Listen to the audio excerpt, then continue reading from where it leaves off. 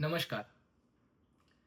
Imagine कीजिए कल से आपको आपकी वेडिंग प्लान करनी है, तो एकदम से कितने सारे ख्याल आ जाएँगे मन में। क्या पहनूँ? वेन्यू क्या होगा? मेन्यू क्या होगा? मेकअप आर्टिस्ट कौन होगा? गेटअप लुक कैसे होगा? किसको इनवाइट करूँ? मोर इम्पोर्टेंटली किसको नहीं इनवाइट करूँ? एंड ऐसे बहुत सारे ख्याल एकदम से आपके मन में आ जाएँगे। आजकल वेडिंग प्लानिंग ये एक बहुत बड़ी इंडस्ट्री बन गई है। Wedding planners, mega event planners, ऐसे तो प्रॉपर प्रोफेशंस बन गए हैं। बट क्या आपकी शादी एक इवेंट है जो एक आउटसाइडर आपके लिए मैनेज करेगा, या यह एक पूजा है जिसमें आप यजमान हो और आप कमांड में रह के आप इसको एग्जीक्यूट करने वाले हो। एंड ऐसा मैं क्यों कह रहा हूँ? सिंपल सोचिए, कल मेरी शादी है, तो मैं और मेरी होने वाली पत्नी सुबह हम वेन्यू पे पहुंच जाते हैं। जब मेरी पत्नी आएँगी वहाँ पे, तो उनका कुल अलग है, कुल देवता अलग है, गोत्र अलग है। She is from a completely different family, and then the wedding ceremony starts. And then उस 3 से 4 घंटों में ऐसा क्या हो रहा है कि उसके बाद उसका गोत्र भी चेंज हो गया, कुल भी चेंज हो गया, कुल देवता भी चेंज हो गए। एंड आई तो वो as a single individual person थी, बट जाते वक़्त मेरी अर्धांगिनी बन के जाएगी। And it should make you curious कि इजंट इट फैसिनेटिंग, ऐसा क्या हो गया। Wedding is one of the most interesting puja. बहुत सारे लोगों की, I I should say majority of the लोगों की शादी होती है, बट अनफॉर्चुनेटली ना 99% लोगों को ये मैजिक पता ही नहीं चलता। वो रियलाइज ही नहीं करते कि क्या हो गया, उन्हें क्या विटनेस करने का सौभाग्य मिला। एंड इसी वजह से आज इस वीडियो में हम वेडिंग, शादी करने की करेक्ट पद्धति के बारे में हम चर्चा करेंगे, और बहुत सिंपल बुलेट पॉइंट्स आपको मैं दूंगा, मेंटल मॉडल दूंगा, जिससे वेडिंग प्लानिंग इस टॉपिक पे ना आपको कभी किसी वेडिंग प्लानर की भी जरूरत नहीं पड़ेगी और कभी स्ट्रेस भी नहीं आएगा। तो चलिए लेट्स बिगिन। देखिए, पहला पॉइंट है कि वेन्यू, शादी कहाँ करें। एंड इसका बहुत सिंपल आंसर है, आई थिंक बहुत लोगों ने गेस कर ही लिया होगा कि शादी एक मंदिर में करना मेरे ख्याल से बहुत आइडियल है। सिंपल रीजंस है, वहां पे एक देवता होते हैं, उनका एवरीडे पूजन होता है, and that generates a lot of good vibrations. More interestingly, आप एक नॉर्मल कॉमन सेंस अप्रोच लगाइए। जब हमें किसी भी व्यक्ति को लगता है कि वो एक अपवित्र अवस्था में है, तो वो मंदिर नहीं जाता है। किसी ने मांस खा लिया, अगर उसको लगता है मांस खाना गलत है, जो भी उसका डेफिनेशन है, तो वो मंदिर नहीं जाएगा। किसी ने मदिरा का सेवन कर लिया तो नहीं जाएगा। अगर कोई लेडी है जिसका मासिक धर्म है, तो वो नहीं जाएगी मंदिर। अनफॉर्चुनेटली किसी के घर में अगर डेथ हो गई है, सूतक है, तो भी नहीं जाएंगे। So there are lot of examples. But point is, जब किसी भी व्यक्ति को लगता है ना कि नहीं यार, आई एम नॉट इन अ पवित्र स्टेट, तो वो मंदिर नहीं जाएंगे। एंड इसी वजह से मंदिर जो क्षेत्र है, जो वास्तु है, उसका सैंक्टिटी मेंटेन रहता है, and lot of good vibrations are there. Since आप एक बहुत इंपॉर्टेंट पूजा करने जा रहे हो, दैट्स वाई वास्तु आध्यात्मिक ओरिएंटेड होना और वैसे वाइब्रेशंस रहना मेरे ख्याल से काफी इसेंशियल है। आजकल क्या हो रहा है कि कोई 5 स्टार प्रॉपर्टी, कोई रिसॉर्ट, कोई कमर्शियल बैंक्वेट हॉल, इस तरह से लोग बुक कर देते हैं। एंड ठीक है, उस दिन तो वहां पे मंडप लगा और आपका पूजन वहां पे हो गया, बट आप उस वास्तु के बारे में सोचिए। क्या वो आध्यात्म से रिलेटेड वास्तु है, या क्या एक ये बिजनेस ओरिएंटेड वास्तु है? तो ये एक बिजनेस ओरिएंटेड वास्तु है। ऑल राइट, आपका आज तो वहां पे विवाह हो रहा है, बट क्या आपको पता है कि एक रात पहले, एक दिन पहले, कोई बड़ी मल्टीनेशनल कंपनी ने अपने टारगेट्स मीट होने की खुशी में वहां पे एक बहुत बड़ी पार्टी थ्रो करी थी। एंड उसी वास्तु में नॉनवेज भी था, मदिरा भी थी, and all sorts of people were present. अब इज दैट रियली आइडियल? क्या वो वाइब्रेशंस सही है? एंड क्या वो चीज आपके कंट्रोल में है कि एक कमर्शियल प्रॉपर्टी में क्या हो रहा है? तो not really. That's why always choose a mandir, that will be the first choice. अगर पॉसिबल नहीं है किसी भी रीजन की वजह से, देन इंडिया में मैरिज हॉल्स का कंसेप्ट ना बड़ा फेमस है।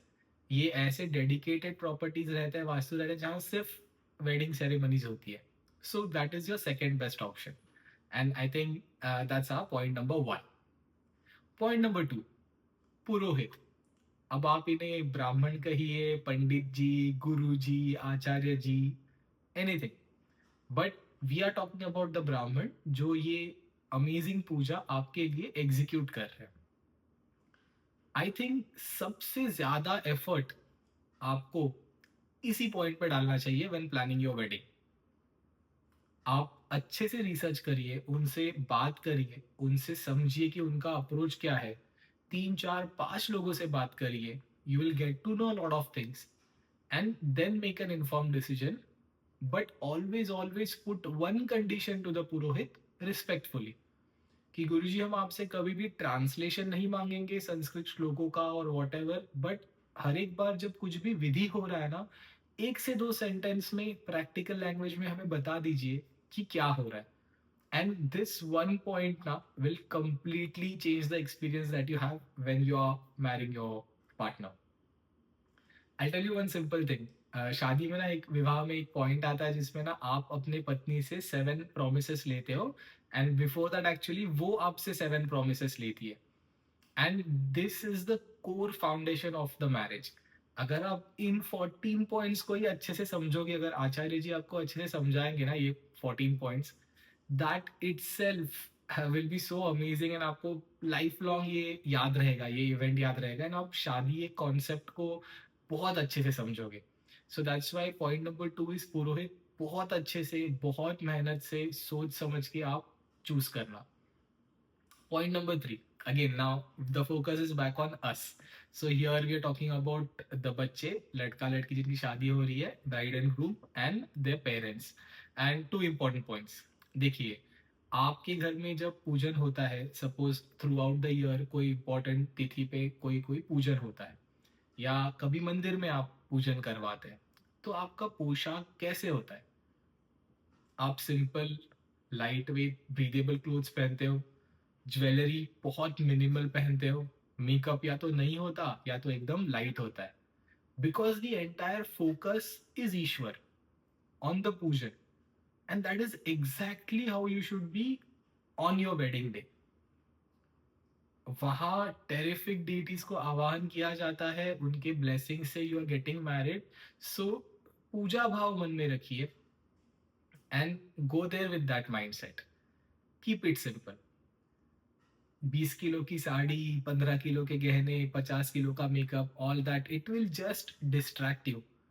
आपको आदत नहीं है इन चीज़ों की, स्पेशली पूजा करते वक्त तो डेफिनेटली इन चीज़ों की आदत नहीं है। सो दे विल डिस्ट्रैक्ट यू। कुछ चुभ रहा है, कुछ हैवी हो रहा है, अनकंफर्टेबल हो रहा है, you do not want anything to distract you on one of the most important days of your life.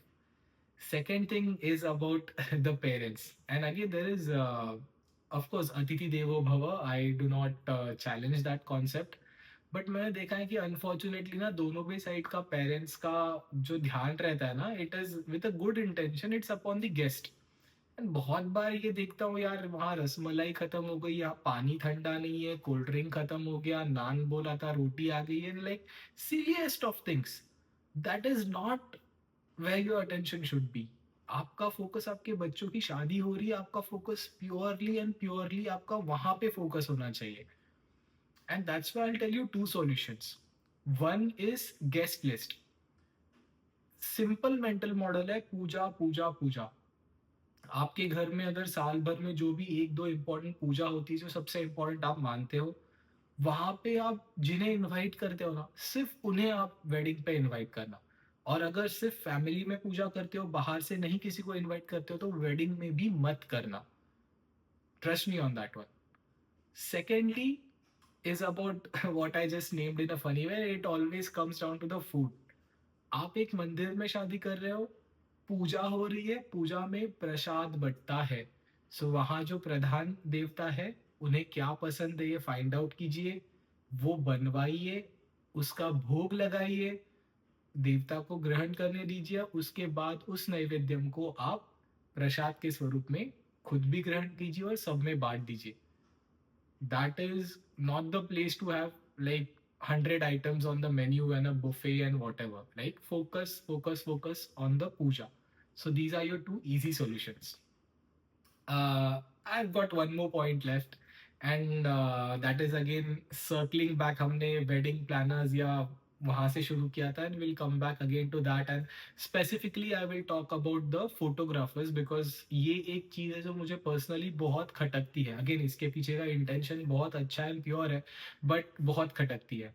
See, lot of times मैंने observe किया है कि जो photographers, videographers, whatever you call them, suddenly अपना camera बीच में ले आएंगे, and पुरोहित जी जो भी कुछ कर रहे हैं, समथिंग इज हैपनिंग, कोई रस्म हो रही है, एंड सडनली आदेश कम्स, अरे नहीं नहीं नहीं गुरुजी वो कलश लाइए फिर से, हाँ ऐसे पकड़िए, नहीं हाथ ऊपर करिए, इधर देखिए, ओके फ्रीज, ओके स्माइल. अरे ठीक है, आप एक अच्छे व्यक्ति हो सकते हो, बट आपका औकात क्या है स्पिरिचुअल लेवल पे? आप how are you interrupting the pujan? You should not do that. Again simple thing is, आप सिंपल रखिए, या तो फोटोग्राफर्स आप बुलाइए नहीं, बिकॉज सेम कंसेप्ट घर में पूजा होती, do you call a photographer? No, आप खुद एक पिक्चर्स थोड़े से क्लिक करते हो, and again the focus is on the puja. But if you insist, then वो फोटोग्राफर भाई साहब को आप रिक्वेस्ट कीजिए कि बॉस आप 4 से 5 फीट आप दूर रहिए, do not interfere, do not command. जितने फोटो, जैसे अगर आप सच में स्किल्ड हो तो आप 4 फीट दूर से भी आप फोटोग्राफी अच्छे से आप कर सकते हो, and we will be happy with whatever result we get. But you will not be commanding the purohit. वहां पे purohit is the VIP, so you will take a back seat. So ये मेरे कुछ पॉइंट्स थे, एंड आई होप इससे आपको clarity आ गई होगी. And I am not against celebrations actually. विवाह अच्छे से संपन्न हुआ, आप जाइए, चेंज कीजिए, रेस्ट कीजिए, and let the party begin after that. आप पहनिए आपका एक्सपेंसिव लहंगा, अगेन महंगी ज्वेलरी, बढ़िया मेकअप कीजिए, let there be a feast with 100 items in a 5 star hotel. I am not against all of that. But तभी आप जो चीज को सेलिब्रेट करना चाह रहे हो ना, कॉल 1,000 गेस्ट. बट वो सेलिब्रेशन होगा ना, उसका रीजन होगा आपका वेडिंग. तो पहले वो पूजा बहुत अच्छे से कीजिए, एंड उसके बाद उसको सबके साथ सेलिब्रेट कीजिए. सो आई होप आज के बाद आपको वेडिंग प्लानिंग इस टॉपिक पे कभी स्ट्रेस नहीं आएगा. एंड सिमिलर वे में एक करेक्ट जीवन साथी कैसे चुने, ऐसी ही एक इस टॉपिक पर इंटरेस्टिंग टेक चाहते हो ना, तो इस वीडियो पे क्लिक कीजिए, मैं आपको वही मिलूंगा. नमस्कार.